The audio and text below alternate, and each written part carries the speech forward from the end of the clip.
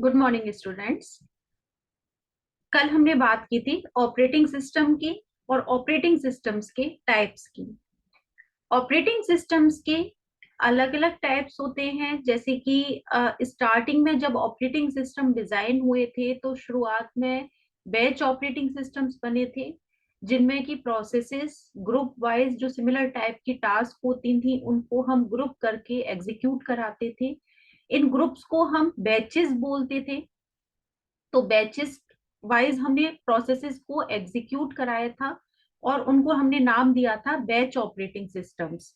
Batch operating systems के बाद में फिर नेक्स्ट हमने आगे पढ़े थे multi programming operating systems. Multi programming operating systems के अंदर हमने बात की थी कि जब हमारे पास में एक से ज्यादा प्रोग्राम, एक से ज्यादा प्रोसेसेस प्राइमरी मेमोरी में अवेलेबल होती हैं, जहां से प्रोसेसर एक के बाद एक प्रोसेसेस को लेता है, एग्जीक्यूट करता है और टर्मिनेट करता है। अगर बीच में प्रोसेस किसी भी रीजन से इनपुट आउटपुट के लिए प्रोसेस बीच में एग्जीक्यूट नहीं हो पाती है, इनपुट आउटपुट के लिए जाती है या किसी इवेंट का वेट करती है, तो उस कंडीशन में प्रोसेसर वेट करने की बजाय क्या करता है, वो दूसरी प्रोसेस को प्राइमरी मेमोरी में से सेलेक्ट करता है और उसे एग्जीक्यूट कराना शुरू कर देता है, जिससे कि सीपीयू का टाइम वेस्ट नहीं होता और सीपीयू आइडल कंडीशन में नहीं रहता है। तो इस तरह से हमें क्या करना था, प्रोसेसर का यूटिलाइजेशन बढ़ाना था। तो मल्टी प्रोग्रामिंग सिस्टम से हमारे प्रोसेसर का यूटिलाइजेशन बढ़ने लगा और हमारे पास में मल्टीपल प्रोसेसेस प्राइमरी मेमोरी में अवेलेबल रहने लगी, जिससे कि हमारे मल्टीपल वर्क एक साथ में चलने लगे। जैसे कि किसी प्रोसेस का इनपुट चल रहा था, कोई प्रोसेस का एग्जीक्यूशन हो रहा था और किसी प्रोसेस का आउटपुट हो रहा था। तो इस तरह से मल्टी प्रोग्रामिंग ऑपरेटिंग सिस्टम्स की कल हमने बात की थी। फिर इसके बाद में हमने टाइम शेयरिंग सिस्टम्स के बारे में बात की थी, जिसमें कि हमने बताया था कि टाइम शेयरिंग सिस्टम्स के अंदर या मल्टीटास्किंग वर्क जो है वो एट अ टाइम चल रहे हैं। मल्टीटास्किंग वर्क कैसे चल रहे हैं, प्रोसेसर तो हमारे पास में एक ही है, तो मल्टीटास्किंग कैसे कर रहा है, मल्टीटास्किंग करने के लिए प्रोसेसर ने क्या किया कि जितनी भी प्रोसेसेस थी उन सभी प्रोसेसेस को प्राइमरी मेमोरी में उसके पास जितनी प्रोसेस आई उन सभी को उसने इक्वल टाइम जो है वो प्रोवाइड किया। उस इक्वल टाइम को नाम दिया टाइम क्वांटम या टाइम स्लाइस भी बोलते हैं। तो इक्वल टाइम क्वांटम सभी प्रोसेसेस को प्रोवाइड किया गया। जैसे सपोज करें कि हमारे पास में 5 प्रोसेसेस थी, तो 5 प्रोसेसेस को हमने इक्वल इक्वल टाइम जैसे 10 मिली सेकेंड टाइम सभी प्रोसेसेस को दे दिया। अब प्रोसेसेस को एग्जीक्यूट कराना शुरू किया। अब जितना टाइम क्वांटम प्रोसेस को दिया गया, प्रोसेस उतनी ही देर एग्जीक्यूट होगी। अगर उतनी देर में प्रोसेस एग्जीक्यूट होकर टर्मिनेट हो जाती है तो वो कंप्लीट होके बाहर निकल जाएगी। और अगर प्रोसेस कंप्लीट नहीं हो पाती है उतने टाइम में, तो उस प्रोसेस को वापस से प्राइमरी मेमोरी में लाके और बाकी जो प्रोसेसेस हैं उनके पीछे लाके रख देंगे।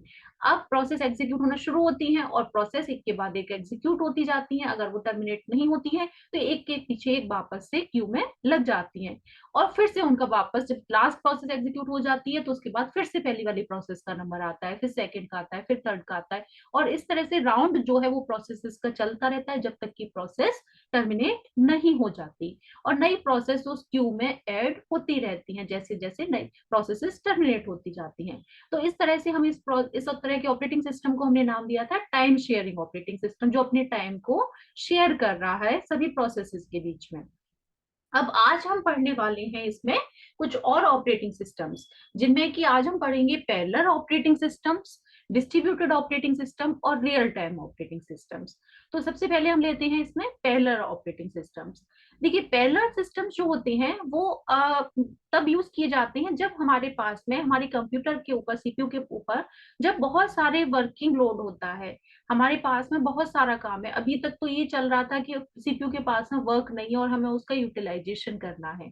अब जब प्रोसेसर के पास में काफी सारा काम है, काफी लोड है, तो उस कंडीशन में क्या किया जाता है, मल्टीपल प्रोसेसर्स आपस में कनेक्ट कर दिए जाते हैं, जिससे कि पैरेलली कनेक्ट कर दिए जाते हैं, जिससे कि वो आपस में लोड को शेयर कर सकें।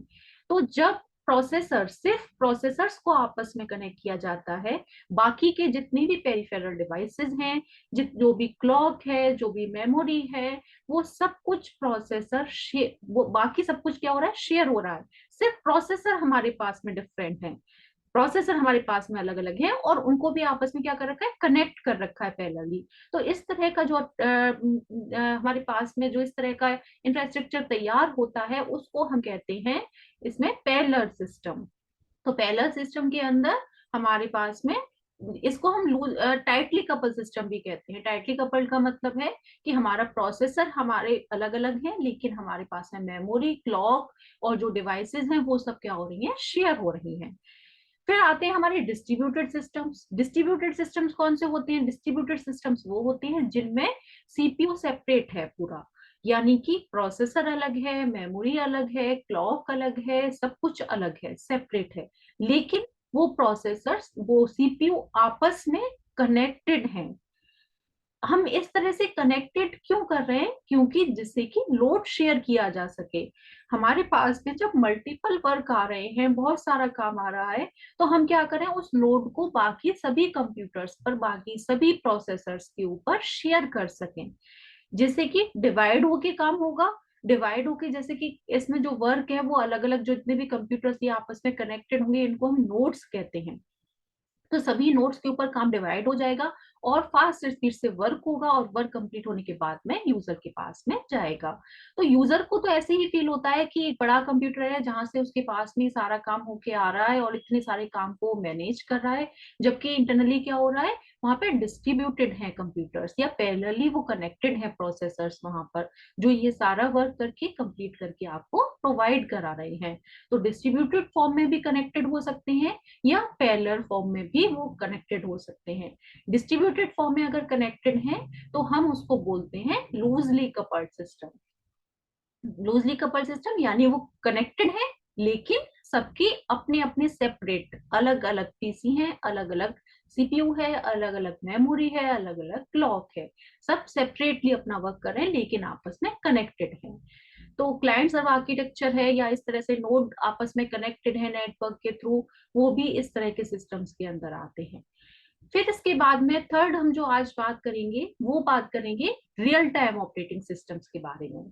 रियल टाइम ऑपरेटिंग सिस्टम्स जो होते हैं ये सिस्टम्स वहां यूज किए जाते हैं जहां पर रिजिड टाइम रिक्वायरमेंट होती है। रिजिड टाइम रिक्वायरमेंट से मतलब है कि हमें एक टाइम लिमिट के अंदर ही काम कंप्लीट करना जरूरी है। अगर उतने टाइम में वो काम कंप्लीट नहीं हुआ तो कोई भी क्रिटिकल सिचुएशन क्रिएट हो सकती है। जैसे जहां पर साइंटिफिक एक्सपेरिमेंट्स होते हैं या जहां पर इंडस्ट्रियल एक्सपेरिमेंट्स होते हैं, इंडस्ट्रियल वर्क होते हैं बहुत सारे ऐसे, जहां पर अगर विद इन टाइम लिमिट काम कंप्लीट नहीं होता है तो प्रोजेक्ट्स खराब हो सकते हैं, कोई भी क्रिटिकल सिचुएशन क्रिएट हो सकती है। तो वहां पर हम नॉर्मल सिस्टम्स की जगह पर रियल टाइम ऑपरेटिंग सिस्टम्स का यूज करते हैं। रियल टाइम ऑपरेटिंग सिस्टम जो होते हैं इनको भी हम दो कैटेगरीज के अंदर डिवाइड कर सकते हैं। पहली कैटेगरी जो होती है वो होती है हार्ड रियल टाइम सिस्टम, और सेकंड कैटेगरी जो होती है वो होती है सॉफ्ट रियल टाइम सिस्टम। तो हार्ड रियल टाइम सिस्टम जो होते हैं ये वो सिस्टम्स होते हैं जिनके अंदर आप इसमें रिजिड टाइम रिक्वायरमेंट है। रिजिड टाइम रिक्वायरमेंट से मतलब है कि इनके अंदर जो टाइम लिमिट है उस टाइम के अंदर काम कंप्लीट होना ही चाहिए।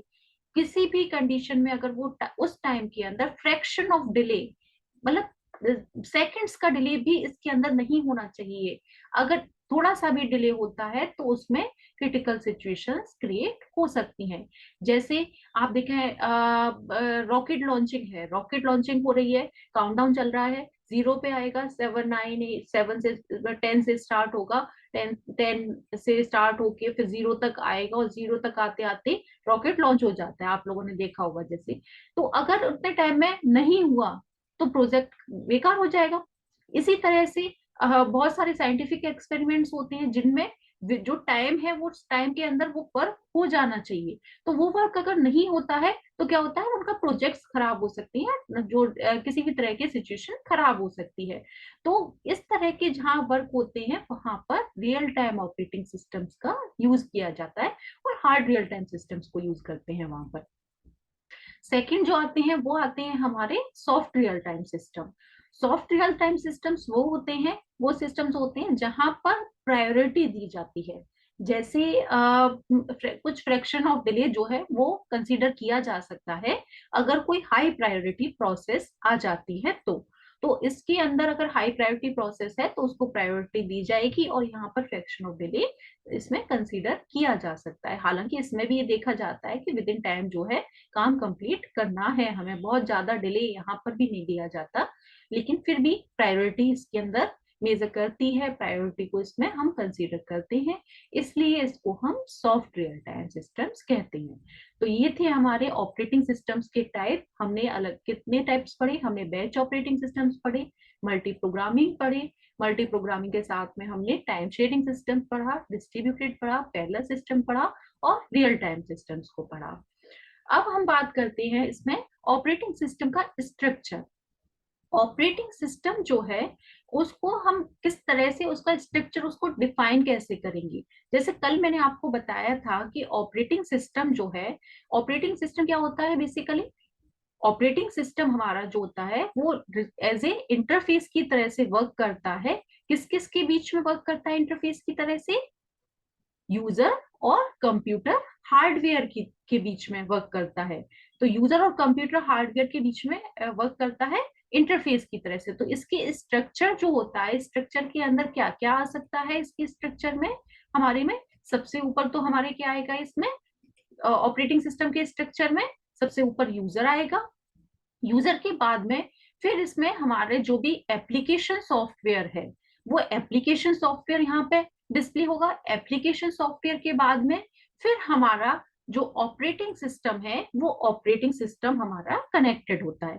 ऑपरेटिंग सिस्टम के अंदर भी हम फाइल मैनेजमेंट लेते हैं, फाइल मैनेजमेंट हमारा डिस्प्ले होता है। फाइल मैनेजमेंट का मतलब है कि हमारा जो ऑपरेटिंग सिस्टम है उसमें हम फाइल्स को ओपन करते हैं, यानी कि जैसे हमें कोई भी काम करना है, आप कोई भी काम करते हो, स्टोर कराते हो, अपने डेटा को स्टोर कराते हो, तो वो किस फॉर्म में स्टोर कराते हो, वो फाइल्स के फॉर्म में स्टोर कराते हो। तो हम अपने डेटा को इंफॉर्मेशन को सेव करते हैं, या हम अपनी इंफॉर्मेशन को सेव करते हैं या ओपन करके देखते हैं, तो उसको किस फॉर्म के अंदर ओपन करके देखते हैं, फाइल के फॉर्म में ओपन करके देखते हैं। तो नेक्स्ट जो हमारा स्टेप आता है वो आता है इसके अंदर फाइल मैनेजमेंट। तो हम इसको अगर लेयर की फॉर्म में देखें तो लेयर की फॉर्म में इसमें हम देख सकते हैं कि इसमें टोटल 6 लेयर्स होती हैं ऑपरेटिंग सिस्टम में। सबसे ऊपर जो लेयर होती है वो होती है यूजर प्रोग्राम की लेयर, 6 नंबर की लेयर। फिर सेकंड नंबर पे जो आती है वो आती है हमारी 5th नंबर की लेयर, जिस लेयर को हम बोलते हैं input output buffer layer. Input output buffer layer यानी जहां पे आप अपना इनपुट दे रहे हैं या आपके पास में आउटपुट आ रहा है, तो आप इनपुट डिवाइसेस हैं जैसे कीबोर्ड है, माउस है, इनके थ्रू आप इनपुट देते हैं, या जो आपके पास में आउटपुट आ रहा है जो आपके मॉनिटर पे डिस्प्ले हो रहा है, तो इनपुट आउटपुट बफर लेयर होती है जहां से आपको इनपुट आउटपुट का वर्क हो रहा है। फिर इसके बाद में लेयर 4 आती है जो होती है प्रोसेस मैनेजमेंट लेयर। जो भी आपने इनपुट दिया, जो भी आपने आउटपुट आया, उस प्रोसेस को मैनेज करने के लिए नेक्स्ट लेयर होती है प्रोसेस मैनेजमेंट। अब जो भी प्रोसेस हुई उस प्रोसेस को मेमोरी में लेके जाते हैं, आपकी जो कंप्यूटर है उसकी प्राइमरी मेमोरी में लेके जाया जाएगा। तो उसके बाद में लेयर 3 जो आती है वो आती है मेमोरी मैनेजमेंट का काम।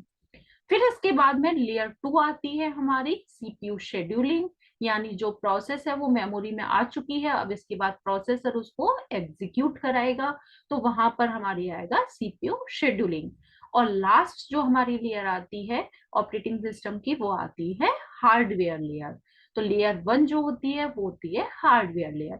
इसे हम लेयर्ड स्ट्रक्चर कहते हैं ऑपरेटिंग सिस्टम का। तो टोटल 6 लेयर हमारे ऑपरेटिंग सिस्टम में हो गई, कौन कौन सी।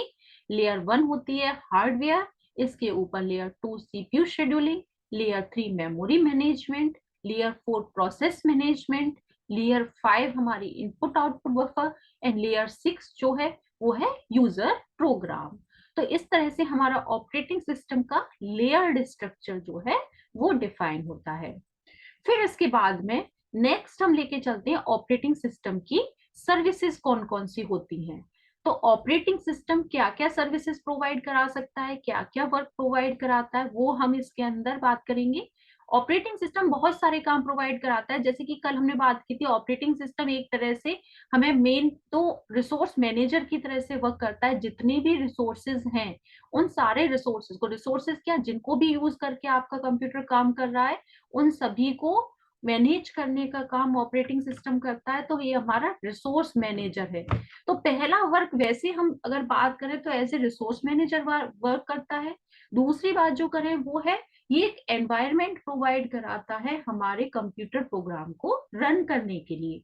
तो हमारे जो भी प्रोग्राम्स हैं उनको एग्जीक्यूट कराने के लिए एक एनवायरनमेंट प्रोवाइड कराता है। और जो भी प्रोग्राम्स हैं, जो भी काम है, यूजर को जो भी काम करना है, उनके लिए एक कन्वीनियंट मैनर में उन कामों को करने में हेल्प करता है। यानी मुझे जैसे फाइल स्टोर करनी है, सेव करनी है, जो भी काम करना है, उन कामों को कन्वीनियंट मैनर में कंप्लीट कराता है। तो इस तरह से ये मेन इसका वर्क होता है। इसके अलावा और बहुत सारी सर्विसेज हैं जो ऑपरेटिंग सिस्टम प्रोवाइड कराता है, जिन्हें हम एक एक करके अभी आगे रीड करेंगे। पहली सर्विस जो होती है वो होती है इसके अंदर प्रोग्राम एग्जीक्यूशन। हमारे जितने भी प्रोग्राम्स हैं, जो भी काम हम कंप्यूटर पे करने वाले हैं, प्रोग्राम क्या होते हैं वैसे बेसिकली? प्रोग्राम्स होते हैं सेट ऑफ इंस्ट्रक्शन। तो कंप्यूटर जो भी काम करता है उसे उसको इंस्ट्रक्शन देने होते हैं कंप्यूटर को काम करने के लिए। जो भी इंस्ट्रक्शन हम देते हैं उसके अकॉर्डिंग कंप्यूटर काम करता है। तो वो काम क्या है? इंस्ट्रक्शन। तो सॉफ्टवेयर भी जिन पे हम काम करते हैं, वो सॉफ्टवेयर भी क्या है? एक तरह से सॉफ्टवेयर भी हमारे सेट ऑफ इंस्ट्रक्शन ही तो हैं, उनके अंदर भी क्या होते हैं? प्रोग्राम्स ही तो होते हैं। तो हम सॉफ्टवेयर के थ्रू या जो भी काम हम कर रहे हैं, उन कामों को एग्जीक्यूट कराने के लिए, उन प्रोग्राम को एग्जीक्यूट कराने का काम ऑपरेटिंग सिस्टम करता है। सेकेंड वर्क जो करता है ऑपरेटिंग सिस्टम, वो होता है इनपुट आउटपुट ऑपरेशंस। जो भी हम इनपुट दे रहे हैं, किसी भी इनपुट डिवाइस के थ्रू आप दें, जो भी आउटपुट आपके पास में आ रहा है, किसी भी आउटपुट डिवाइस से क्यों ना आ रहा हो, उनको मैनेज करने का काम, उन ऑपरेशंस को मैनेज करने का काम ऑपरेटिंग सिस्टम करता है। थर्ड आता है हमारा फाइल सिस्टम मैनिपुलेशन। हमारा जो फाइल सिस्टम है, हमारी जो डेटा है, हमारी जो इंफॉर्मेशन है, उसको हम फाइल की फॉर्म में कंप्यूटर में स्टोर करते हैं। तो फाइल्स को स्टोर कराना, उनको मेमोरी एलोकेट कराना, फाइल को डिलीट कराना, फाइल्स को रीड कराना, फाइल्स के अंदर डेटा ऐड कराना, जो भी कुछ काम है, जितना भी वर्क है, डायरेक्टरीज मेंटेन करना, सब कुछ, ये सारे काम जो है वो सारा वर्क ऑपरेटिंग सिस्टम मैनेज करता है। फिर आता है कम्युनिकेशन। हमारे प्रोसेसेस जितनी भी हैं, प्रोग्राम्स जितने भी हैं, उनके बीच में कम्युनिकेशन करना, इंटर प्रोसेस कम्युनिकेशन करना, वो सारे वर्क भी ऑपरेटिंग सिस्टम करता है। एरर डिटेक्शन का काम भी ऑपरेटिंग सिस्टम करता है। रिसोर्स एलोकेशन का काम भी ऑपरेटिंग सिस्टम करता है। कल भी मैंने बताया था ये कि जो भी रिसोर्सेज हैं कंप्यूटर के, किसी भी प्रोग्राम को, किसी भी प्रोसेस को अगर कोई रिसोर्स चाहिए तो उसे वो रिसोर्स एलोकेट कराना, और जब उसका काम कंप्लीट हो जाए तो उस रिसोर्स को डीएलोकेट कराना, ये सारे काम ऑपरेटिंग सिस्टम करता है। इसलिए से रिसोर्स एलोकेटर या रिसोर्स मैनेजर भी कहते हैं। अपने सिस्टम को प्रोटेक्शन प्रोवाइड कराना, प्रोटेक्शन का काम, सिक्योरिटी का काम भी ऑपरेटिंग सिस्टम करता है। आप कई बार सिस्टम स्टार्ट करते हो, आपसे यूजर आईडी पासवर्ड मांगा जाता है, वो ऑपरेटिंग सिस्टम ही सिक्योरिटी प्रोवाइड करा रहा है। तो ये सारी जो है ये ऑपरेटिंग सिस्टम की सर्विसेज हैं जो ऑपरेटिंग सिस्टम हमें प्रोवाइड कराते हैं। तो ये बेसिकली हमारे पास में ये सारे काम हैं, ये बेसिकली ये मेन वर्क है। इसके अलावा और बहुत सारे काम होते हैं जो ऑपरेटिंग सिस्टम हमें हेल्प करते हैं, जिनको करने में, हमारे कंप्यूटर को मैनेज करने में जिसमें हेल्प करते हैं। लेकिन ये बेसिकली मेन वर्क है जिनको ऑपरेटिंग सिस्टम हमें करके देते हैं, जिनमें हेल्प करते हैं। अब इसके बाद में नेक्स्ट टॉपिक हम लेके चलेंगे इसमें, सिस्टम कॉल्स।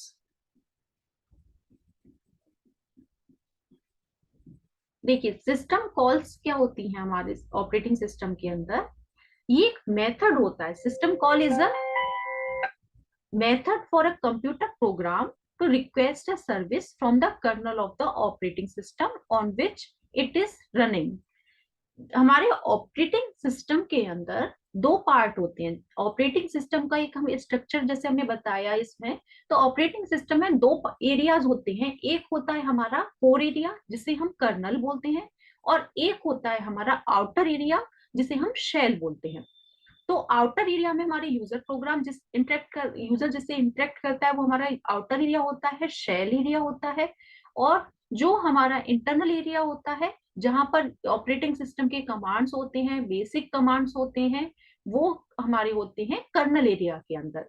तो हमारे सिस्टम कॉल्स क्या होती हैं? सिस्टम कॉल्स एक मेथड होता है जहां पर क्या होता है, एक कंप्यूटर प्रोग्राम जिसको भी कोई सर्विस चाहिए, ऑपरेटिंग सिस्टम से कोई काम कराना है, कोई सर्विस चाहिए ऑपरेटिंग सिस्टम से, तो उसके लिए वो क्या करता है, कर्नल वाले एरिया में सारा का सारा डेटा स्टोर्ड है। ऑपरेटिंग सिस्टम का मेन एरिया क्या है? कर्नल एरिया, जहां पर उसके सारे कमांड्स स्टोर्ड है। तो जब उसे कोई सर्विस चाहिएगी किसी प्रोग्राम को, तो वो रिक्वेस्ट करेगा कर्नल एरिया से कि वो सर्विस उसे प्रोवाइड की जाए। तो उसके लिए वो कॉल करता है, उस फंक्शन को कॉल करता है कर्नल एरिया में से। इसे कहते हैं हम सिस्टम कॉल। तो सिस्टम कॉल क्या हुआ? सिस्टम कॉल बेसिकली क्या है? एक मेथड है जिसके थ्रू कंप्यूटर प्रोग्राम रिक्वेस्ट करता है कर्नल से, किसके लिए? सर्विस के लिए रिक्वेस्ट करता है। तो सिस्टम कॉल जो है हमारी एक तरह की कॉल हो गई, जैसे फंक्शन कॉल होती है ऐसे ही हमारी सिस्टम कॉल हो गई। सिस्टम कॉल क्या हो गई? सर्विस के लिए कॉल हो गई, फंक्शन के लिए। ये हमारे एप्लीकेशन प्रोग्राम के थ्रू भी कॉल कर सकते हैं। हमारे जो यूजर्स हैं वो कैसे कॉल करेंगे? वो डायरेक्टली नहीं कॉल कर सकते। वो किसके थ्रू कॉल करते हैं? वो एप्लीकेशन प्रोग्राम जिस पे वो वर्क कर रहे हैं, उस एप्लीकेशन प्रोग्राम के थ्रू वो कॉल करते हैं। तो ये इस तरह से हमारे सिस्टम्स में सिस्टम कॉल्स वर्क करती हैं। हम एप्लीकेशन प्रोग्राम से कोई वर्क करने के लिए कहते हैं, एप्लीकेशन प्रोग्राम से वो प्रोग्राम रिक्वेस्ट करता है सिस्टम कॉल्स के थ्रू ऑपरेटिंग सिस्टम कि कर्नल वाले एरिया से, कर्नल वाले एरिया में प्रोग्राम एग्जीक्यूट होता है, फंक्शन एग्जीक्यूट होता है, और जो भी वर्क करने के लिए कहा गया वो सर्विस जो है वो यूजर को प्रोवाइड कर दी जाती है। आज की क्लास में इतना ही पढ़ेंगे, आगे के टॉपिक नेक्स्ट क्लास में कंप्लीट करते हैं। Thank you.